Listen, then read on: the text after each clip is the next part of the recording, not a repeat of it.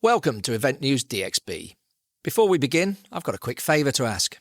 There's one simple way you can support our show, and that's by hitting that follow or subscribe button on the app you're listening to the show on right now. It really does make a huge difference in helping us get the show out there to as many people as possible. So please give us a hand and click that button now. Thanks a bunch.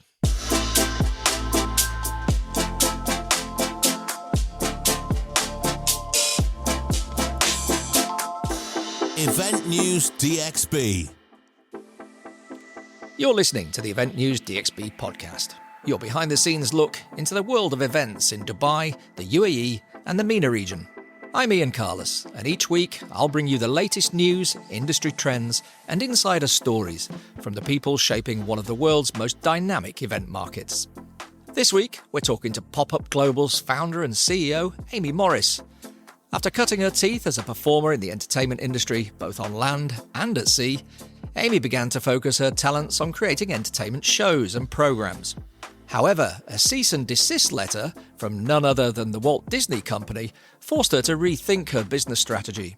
Despite this temporary setback, her business in the UK has flourished, but it was the opportunity of a big contract in Dubai that saw Amy move to the Emirate 18 months ago. And safe to say, from this point, she's never looked back. Amy, welcome to the podcast. Hello. Now, I usually start by saying, how did you end up in Dubai? But I'm going to take you a little bit further back than that. How did you end up in entertainment? Wow, that's a big question. It's all I've ever known since I was 2 years old. That's all I did. I was a singer before I set up my businesses. Yep. I did my degree in theatre performance. I then went and worked on cruise ships as a singer. And there was just never going to be an alternative career path for me from literally being a toddler and to where I am now. It's always been entertainment. And so it was just a natural progression from being a singer on board ships, being in show team to where I am today. Yeah, it's interesting that, isn't it? Because, I'm sure you're the same, but you come across a lot of sort of younger people, particularly at the beginning of their careers. And I always feel really sorry in the nicest possible way for the people who don't know what they want to do. Yeah. I mean, I think I was very similar to you. I knew from the age of 12 that I wanted to get into television, which is what I used to do before this and before getting into events. And that guided me every step of the way. But I know, for example, my friends' kids, they've no idea what they want to do. And I think that is most people, to be honest. I think most people don't really know because they might be good at a few different things, but it's about turning your passion into the career, but you've got to know that early on. And don't get me wrong, when I was 6, I wanted to be a pop star. So it got more realistic as the years went on. I wanted to be Britney Spears, obviously, but it was always that I wanted to do. So, and you mentioned cruise ships. So that was was that your first role in terms of being professionally within the entertainment industry? Yeah, we'd always cruised as a family. Right. So when I saw the shows on board, I was like, that's a great job. And we were in the Caribbean and I thought, well, they're traveling around the Caribbean and performing. No, so I knew and I remember we'd be on holiday and my mum would get the cruise director over. She's only 14, but she'd love to work on ships. And at the time I was mortified that she'd done that. But it was always something that I thought that looks like a great job, the travelling and the performing at the same time. So how did that transition come about? So you were on board the cruise ships working for yourself, and then you go to setting up your own business. Can you talk me through that transitional period? So, without getting too deep, I was actually going to go do a third contract, and then my dad got really poorly. And ended up in hospital. And so I had to be his primary carer for a while, which kept me at home. So I had to start figuring out, okay, well, what am I going to do instead? And a girl asked me if I would play Elsa at some event in Preston Town Centre. And I'd never watched Frozen because I'd been away for so long. I didn't even know what Frozen was. I know. I had to Google it. And I was like, oh, yeah, I could look like her because I had really blonde hair at the time. And I went and did this event and I got mobbed. I swear to God, it was like Harry Styles being in Preston Town Centre. And I thought, there's something in this. So I went home to my parents and I was like, listen, these kids, they go mad for Elsa. I'm going to go get a dress. And I had a dress made and I started doing that. At birthday parties, then events, and then somebody wanted Anna, then someone wanted Belle, and then someone wanted Cinderella. And before you knew it, I had this business, and it was called PopUp Princesses back then, 10 years ago, nearly 11 years ago. And it kind of started from there very organically. Okay. And it wasn't all plain sailing though, was it? Because I think I've read you talking about this somewhere, probably on LinkedIn. You had a bit of a run-in with Disney, didn't you? Yeah, I did. And it's fair enough. It wasn't... Do you want to tell us a little bit about that? I got a cease-and-desist letter. Oh, nice. Yeah, and they came with receipts. They had every print screen of every character that I was doing. And do you know what? I wasn't sat doing that business with that in mind. I wasn't thinking, I'm just going to see. It just didn't... I was 25. Yep. I didn't think Disney would find out about me in Blackburn Town Centre doing these birthday parties and events. Miami, Blackburn. Yeah. But we'd got into like Hello Magazine, OK Magazine. We'd been booked by like Towie Stars. So we'd start being shared on bigger pages and the press would be in the newspaper all the time. So I think that's where they got a hold on us. And it was frightening. I'd built up the business for maybe 2.5 to 3 years by this point. And they were like, if you don't immediately cease doing all of this, we will take you for millions, which I didn't have, so I don't know how they were going to do that. But it was definitely me being like, right, let's pivot on this. And so we did. Right. Now, many young businesses have a bit of an aha moment, don't they? Sometimes it's a revelation about what their business actually is. And sometimes you land a big deal. What was your aha moment? Where did you actually sort of think, okay, now this is a bona fide business? On the back of that, us having to pivot, we then started creating our own concepts that were ours, that we were creating. And then I'd heard on the grapevine, because we'd got a lot of, contacts in the industry, that the last cruise ship I had worked on, which was Fred Olsen Cruise Lines, was going out to tender. And this was 2019. Right. Really, we were nowhere near that. But I thought, what have we got to lose? It would be the first pitch that we've done. Let's put it together. Yeah. And we won it. Out of 25 companies, we won that contract, and we still deliver that contract today. And that was when, even just in that like tender process, I was learning so much, and I realized how good we were. That's when I thought, this could be huge. That was definitely the moment, winning that. And what about the business side of that period of time? I mean, how daunting was that for you? I mean, there's always that transitional period with a small business, isn't it? Where you kind of go from it just being actually a business owner, freelance, to actually... my else address. Correct. Yeah. To actually then being an employer and having a business that you actively manage. Yeah. What was your thought process with that at the time, and how daunting was it perhaps? So I took on my first employee in 2017 and she still works for me today, in fact out here in Dubai, and I think that was fine. But then by the time the cruise ship opportunity came around, there was 3 employees in the business, and you are then starting to think, right, well, we need that contract to be able to sustain where we are as a business. And that's when I would say it became serious, and I felt like I had responsibility. And it transitioned from, yes, maybe a lifestyle business to a serious business where I had responsibilities. But I always enjoyed that. Where did you turn to for your business advice then? I mean, family, friends, parents? So my parents have had their own businesses before I was born. Right. They're in manufacturing. Okay. So they could help me up to a certain point, but I've had many different business mentors over the years that have helped me in different chapters. And I'll never forget the business mentor I had at the time when I won the first cruise ship contract. She's called Katie, and she's amazing. She's like, bottle this feeling up, because you'll never feel that again. And she was right. That was our first big win, and we've won bigger opportunities since, but I've never felt like that in that moment. Elation? It was just that feeling of, this is it. People are seeing us for who we are and what we're doing in this industry. Whereas the wins after that are on the back of that. Whereas that first one, it was just a game changer, and I will never, ever forget that feeling. And we still talk about it now. We have a video of us telling the rest of the team that we'd won it, and we're like crying, and it was just amazing. So that was 2019, right? Yeah. So this is your first big contract that you've won. Yeah. You're all excited. You're raring to go. Yeah. And then COVID hits. Yeah. How did you manage that period then? So the first few weeks, depression. Then I can't sit still for too long. And because, and we can get onto this in a while, but culture is incredibly important to me. And because we built up this amazing culture at PopUp, by the time COVID hit, we had so many people supporting us, performers, creatives, my staff. So we actually took all of our expertise and our talent online, and we had 25,000 Facebook followers by this point. So we were doing shows individually in our living rooms for our audiences, and we grew in a big way in COVID. We won a second cruise ship contract during in COVID. Wow. Because we were one of the only entertainment companies that didn't sit still. We were every single day going live on Facebook doing shows. And so we were actually really busy.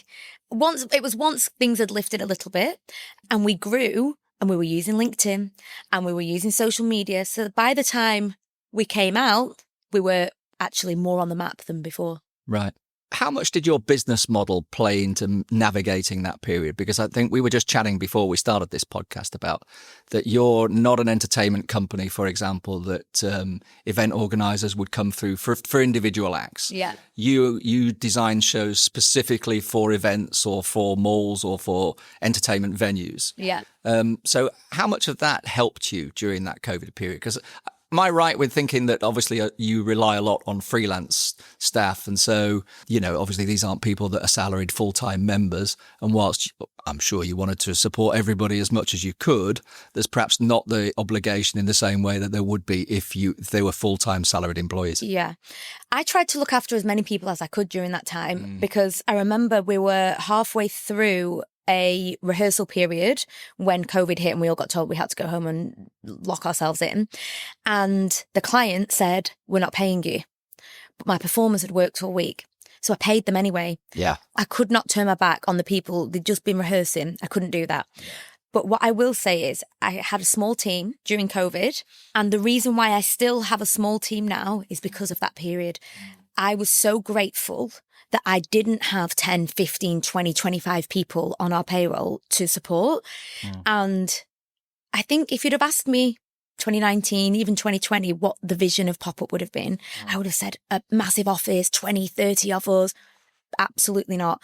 I will keep this business as small and as agile as possible for as long as possible. I don't have a vision to have even more than 10 members of staff. There's 5 of us now. Yeah. And because we're not a volume business, we take on long-term projects that up until now go live at different periods throughout the year. We are in a position to be able to keep ourselves small. And then obviously per project, we might bring in 5, 6, 7 freelancers that we contract to 6 months or whatever. Yeah. And then they move on. I always want to keep it as small as possible. Would you say that's a typical business model for your type of company? No.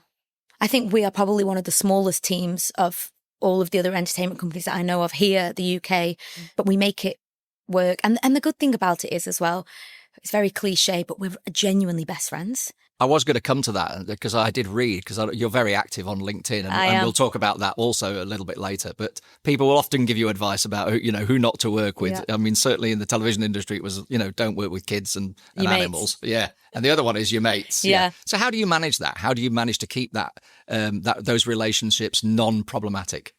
So first and foremost, they're not employed because they're my friends. Right. I have a lot of friends that I don't employ because they wouldn't be right for, certain roles. They are at PopUp because of the skills set that they have. So I think that's really important. But there's just a level of respect there. But they're not working for me. They're working with me on this business. And they've worked with PopUp for so long now that it's ours together. And so we're so invested in it that there's not really any issues. So moving on, you flourished during COVID. How did you make the transition to Dubai?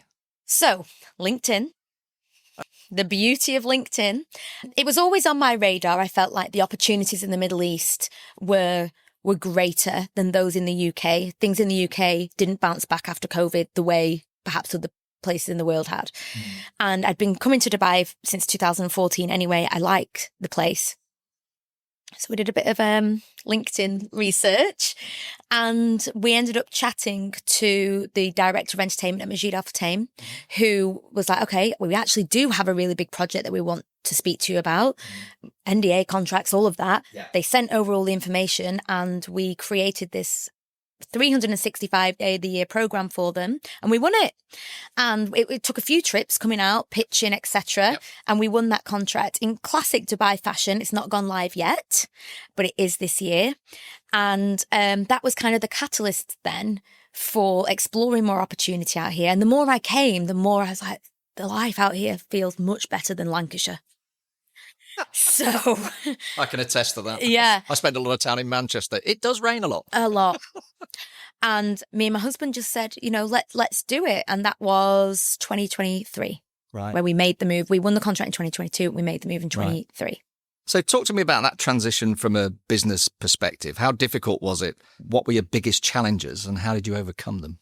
What I always say, and I said this to you before, is I still have my business in the UK. So I'm still speaking to the UK team, UK clients, UK finance, HR every day. At the same time, I'm doing that here. So I have a direct comparison every day of that life and this life. The opportunities out here are fantastic. And you're in the mix for opportunities that you might not have been in the UK because there's bigger players or, there's long-standing relationships, whatever the reason. But there has been a lot of challenges in just operating out here in the day-to-day, the obstacles that you have to get over to get anything done, the levels of sign-off, all of those things. I came out here extremely naive about because I thought, well, I've made it work over there for 8 years at the time. What's going to be the difference? A lot is the answer to that. Yes.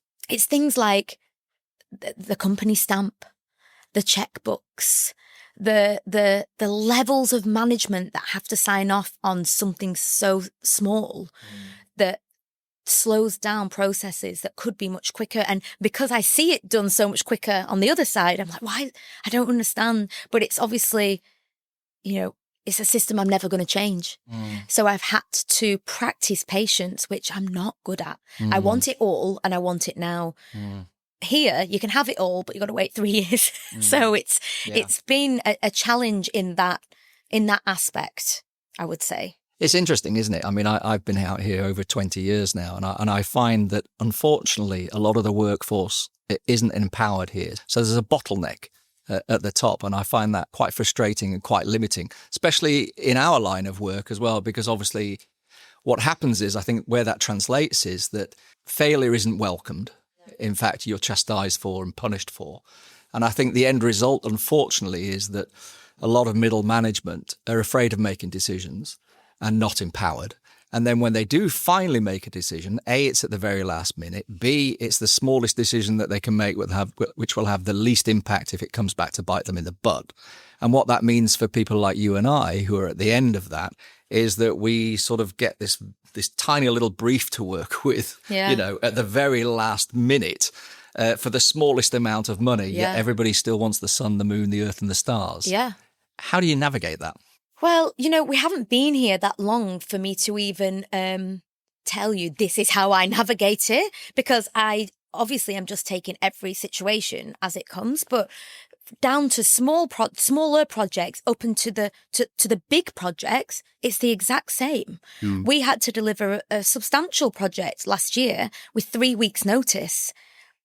In the UK, I'd have 6 or 7 months. Yeah. So it's a stress that I am putting on my staff that I've never had to do before.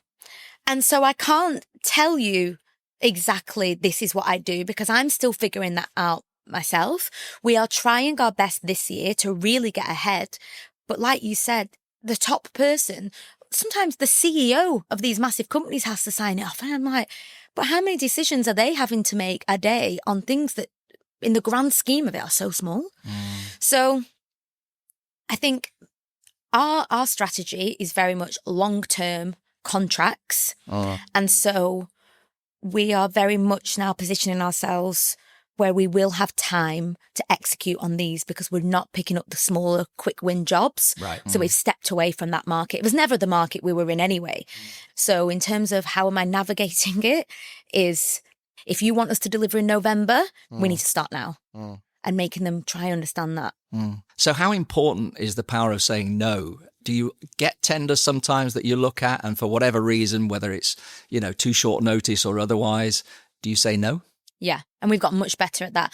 In our growth stages, especially back in the UK, we did say yes to everything because we wanted to, we needed cash to grow, but we also wanted our performers repeatedly coming back for rehearsals and opportunities to grow our reputation as well. Now, and we are fortunate, but we've worked hard for that, we're in a position where we say no a lot because we have a tick box of, do you fit into this criteria that is aligned with our vision as a company? Yes. We want to be the company that clients are desperate to work with and performers are desperate to work for. Yeah. And, we're getting there. We are absolutely getting there. There'll be a lot less jobs with us in the year because we're being more strategic on who we work with.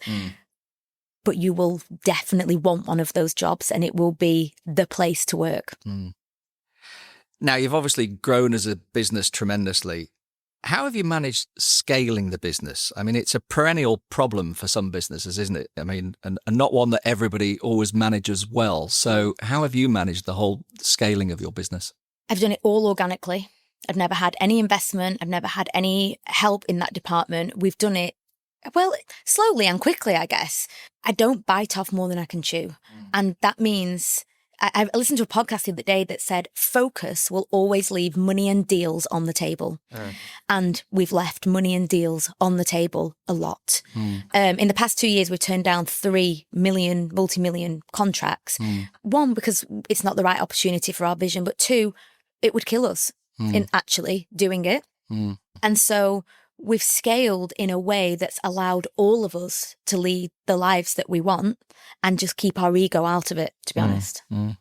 Let's just dig a little bit into the nitty-gritty of your business. Obviously, in the UK, you have a huge freelance pool with which to choose from. You don't employ performers here and the people that work for you on full-time contracts. So how do you navigate finding talent in this market? If I'm being really honest, we've flown most people over. We have found so far a real difference in the talent. And it's not just in the talent, it's in the attitude towards the projects. And maybe it's because in the UK, there's so many jobs and everybody wants to be on the West End. Everybody wants to cruise ships. There's a lot of there's a lot of performers and not that many jobs. So you have to hustle and you have to be kind, hardworking. You have to turn up on time, all of those things. Here, there's less performers and more work. So there's a disconnect in that. And in the times that we've worked with local talent, they've not turned up on time. They've texted that day and said, I can't actually do today. Can I just do rehearsals tomorrow? They've come not knowing their lyrics. They've come not knowing their harmonies. And it's been really, really hard work. On top of that, the clients that we're working with have specifically requested we bring in UK talent or international talent, which has helped. But that's not what we want this to be. We want to build up a pool of talent here. And I think there's a much bigger game at play here because if you have spent your entire life training in the UK, Dubai is not necessarily on your radar to move out here for work. It's going to London, it's going to New York, it's working on the cruise ships where the big shows are. The reputation isn't here yet for a performer to train at Lane for 3 years and go, my dream is to work in Dubai. It's just not there yet. And until it is, we're going to be in this cycle all of the time. How much do demographics play a part in that? Because obviously there's just more people in the UK, for example. Is the environment that you have in the UK actually attainable here in the UAE? Or are we just as a country and as a populace just too small? I don't think the culture within the entertainment world is there yet. And so there isn't the discipline and the hunger. And it's because the pool is so small, but there's so many opportunities. For example, the dancers in Dubai a few years ago were dancing with Beyonce. Imagine that. That wouldn't happen in the UK to just get that opportunity. And so because the opportunities are like that here, the discipline I have seen from my experience isn't the same because it's easier to get those kind of jobs here. And so for a company like us that really holds high standards with regards to talent, it's made it quite difficult. Moving on a little bit, you're very active on LinkedIn and you talk a lot about being noticed and self-promotion and, you're being your own brand. Would I be right in reading into some of your posts that I've read that you've perhaps received some kickback from that? And how much of that would you say is just perhaps because you're not afraid to put yourself out there? And how much of it is down to gender as well? Very, very interesting question. So I'd say I've faced criticism for maybe the past 5 years. Now, 5 years ago, it used to floor me. Now, I honestly could not care less. I could not care less. And I think, which is a lovely place to be. Yeah, it is. And I think I've just learned so much as well from seeing other people in other industries who are the voice of their industry talking about things that really matter. And a topic that I discuss a lot, well, there's two topics. One is being a female in business, being a female in this industry in business. And two is company culture. When I worked on ships, men got paid more than women. Singers got paid more than dancers. Men did way less than women, but got paid because us females had to do the singing and the dancing whilst the males were on the playing Candy Crush on the phones. When I started openly speaking about that on social media, I got a lot of backlash from other entertainment companies saying, you shouldn't be speaking about that. You know, we should stand together. And I think a lot of people thought I was speaking about them. But I got to the point where I thought, if you think I'm talking about you, that's a you problem, not a me problem. Because if someone was speaking about, I don't know, bullying in the workplace on LinkedIn, I wouldn't think, oh, is that about me? Unless I was bullying people in the workplace. Which clearly you're not. Yeah. Exactly. So that's when I really stopped caring. And I have had a couple of incidents where people have really gone in on me. Who does she think she is on LinkedIn, posting like she's on social media, taking other entertainment companies down. Never mentioned any other entertainment companies. I also speak about my own experiences, which weren't pleasant when I was, you know, like I was being paid less. I was fat shamed. I was a lot of things. I'm allowed to speak about my personal experiences, and somebody needs to speak about it, because if we're going to make a change in this industry, we can't all just bury our heads in the sand. And performers are grateful that somebody's actually talking about this. And what I have seen, and whether these entertainment companies want to admit it or not, there has been a shift in, and even if it's just for face value, companies are now starting to look after performers, and very publicly as well, which is fine. At least you're doing it. And there has been a shift. I've seen it myself. So I'm glad that I've spoke out, and I will continue to do that. Talk to me a little bit more about just on this same topic about being, you know, a female in the entertainment industry. And specifically, because, I mean, you've got a company functioning in the UK and you've been here now for the last 18 months. What are some of the differences that you've noticed perhaps within the attitude towards women in the sector in the UK versus the Dubai and the UAE? Someone asked me this the other day because they had a friend that said, oh, I'll never go to the Middle East because women aren't respected. I've faced more adversity in the UK for being a woman than I have here. In the entertainment industry, and it might have been similar in TV, there's a boys' club. Yes. And if you're a woman, and especially, and I still cling on to the word young, a young woman, obviously I've been doing this 10 years, so even when I was 30, I was young, and I was classed as too young. I'm female. Young girl doesn't know what she's doing. And I still have that a lot in the UK. And I think there's been a lot of men that have met 20, 30 years ago that have climbed the ranks across different industries together. And now all the main contracts get circulated around the same people. And it's a lot harder to get in. Over here, so far, and again, I've only been here 18 months, I've faced nothing but respect. And I think it's because there's people from all around the world. A lot of the key decision makers that I've been working with are female, that I haven't actually faced any issues with being female. And we've spent a lot of time out in Saudi, and other than one taxi man who wanted me to sit in the back because I get travel sick at the front, didn't like me sitting in the front. Other than that, from a business perspective, it's been the same. It's been incredibly positive. How refreshing has that been? Yeah, it has been, because even now when I go back to the UK and it's the same big players back there, all male, middle-aged men who want me to shut up on LinkedIn and don't want me to speak out. And, you know, I've taken a completely different route to any of my competitors in the personal branding. I'm doing the podcast, I'm doing the LinkedIn, I'm doing the social media. I enjoy that as well, probably the performer in me. Yep. And I know it's not well received amongst those certain people, but I had a client who, middle-aged man, very condescending to me, I don't work with them anymore, told me to put my big girl knickers on in 2024. And I just thought that's where we're at. But no one would say that to me here, or I haven't experienced anything ever close to that. Yeah. It's interesting, isn't it? We were talking about entertainers and the work opportunities that exist for them here. You were saying also that perhaps, at the moment, it's not on entertainers' minds in the UK, I want to end up in Dubai. However, obviously in the last 18 months or so, we've heard a lot of talk and there are a lot of plans for some of the big casino operators to open in Dubai, Ras Al Khaimah. Obviously, with those entities come huge opportunities for the entertainment industry because they put on more shows than perhaps any other sector. How do you think that will affect the industry moving forward here, and what opportunities does that present for you? I think if the shows that are delivered are of the standard that you would find in Vegas, in London, in New York, it could be a game changer. But if entertainment companies are given 3 minutes to put it together and 50 quid, we're in the same situation. Yeah. So it's got to be about rivaling these other parts of the world and doing it to that standard. It's got to be for that shift to happen. And I think there is huge opportunity for that.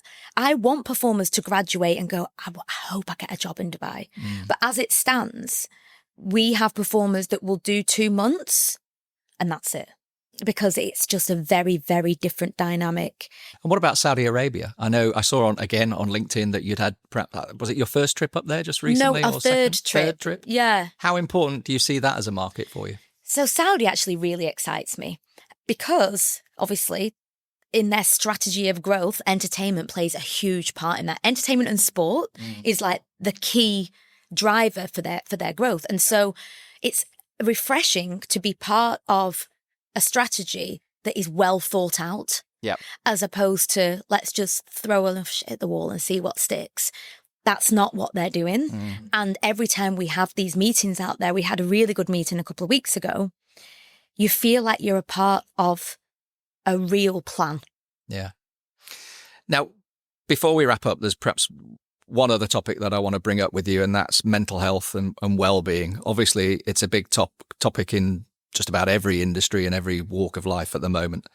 What's been your experience with this, and what have you done differently with PopUp Global that perhaps you haven't seen with other companies? I've always suffered with anxiety since I was a child. I actually think now I see it as a bit of a superpower because it drives me to be the person that I am today. And I've got a really good handle on it and I know how to keep any severe anxiety at bay. But when I worked on cruise ships, so I was 22 when I first went away, I don't even think I knew what anxiety was. I obviously know now, I recognise now what I was going through, but I couldn't put a label on it because people didn't really talk about it. I used to just say I was struggling. I used to call my mum every day and I was struggling, but you couldn't tell your boss or anyone on the ship, I've got anxiety. And I will always remember that. And that's a huge reason to why I wanted the culture at PopUp to be different. If you came to the dance studio and you sprained your ankle, you could say to the choreographer, I've sprained my ankle. But why can't we say, I'm feeling super anxious today, so if I'm not myself, that's why. Yeah. We also have an anonymous and completely free to the user therapist.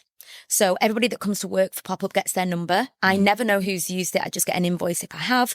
And it's completely anonymous and free for them if they're working with us at the time. I don't know enough out here yet about what culture is like because it's been so early days. And like I said, because we bring so many people over, we've just kind of carried that with us. What I do know is in a lot of our contracts, we always have a line for our happiness program. 99% of our clients are really on board with that. Here, they ask us to take it out. Interesting. Yeah, which has been interesting. So a lot of our clients know that that happiness budget goes towards the welfare of the people. Here, they're like, what's that? And we explain that, no, take that out. So then we just take it out of our bottom line because I think that's what people miss is you look after the people. Yeah. From a commercial standpoint, it's saving you so much money. Yeah. We have done 5 years now with the cruise line. We've never had a person leave. You see people, 3-4 show team members leave. That's costing you thousands. You invest in them from day dot, they'll stay. Yeah. Now, before we wrap up, there's one question I've been asking everybody. Okay. I'm a huge music lover. My vinyl collection is expanding once again. Right. What do you listen to? What's on your playlist? I was going to say turntable, but you probably don't have a turntable. No. It's that's showing my age there, isn't it? What's on your playlist? Music is massive in our household. Me and my husband both love music. You could stick on a 50s playlist, we'd know every word. Okay. 80s, 90s, house music. My husband loves rap, R&B. Okay. It's really eclectic. And anyone that listens to my playlist say, you've got no thread. We're going from Luther Vandross to Shakira to just all over the place. What's the one that you think you keep coming back to? Mariah Carey. Right. MTV Unplugged. Wow. I think it's 1991 album. Nothing hits like Mariah Carey when you're getting ready in the morning. Yeah, that's interesting. I used to work for MTV, and one of my go-tos is actually also an MTV Unplugged, but it's Nirvana. Oh, really? Yeah. I don't know why. I think it was so iconic. I think it reminds me of being in the car on the way to school with my mum, who was blasting out Mariah Carey, and now me and my sister know every word. And the minute that intro comes in of Emotions, that's it. Yeah. And then finally, Amy, we're Q1 now of 2025. Mm-hmm. What are you looking forward to? We have some pretty big projects coming in this year. We've got one that we're just signing off on. We also have a massive Cirque show that we're delivering at Ferrari Worlds this summer, which is going to be huge. And then we're already planning for Q4. And we are hoping that it doesn't nearly kill me like last year. But like I said earlier, we're being far more selective. We're probably doing 4 or 5 big projects, and then that's it. Fantastic. Well, Amy, I wish you all the best for the future. Thank you. And thank you for joining me on the podcast. Thank you for having me.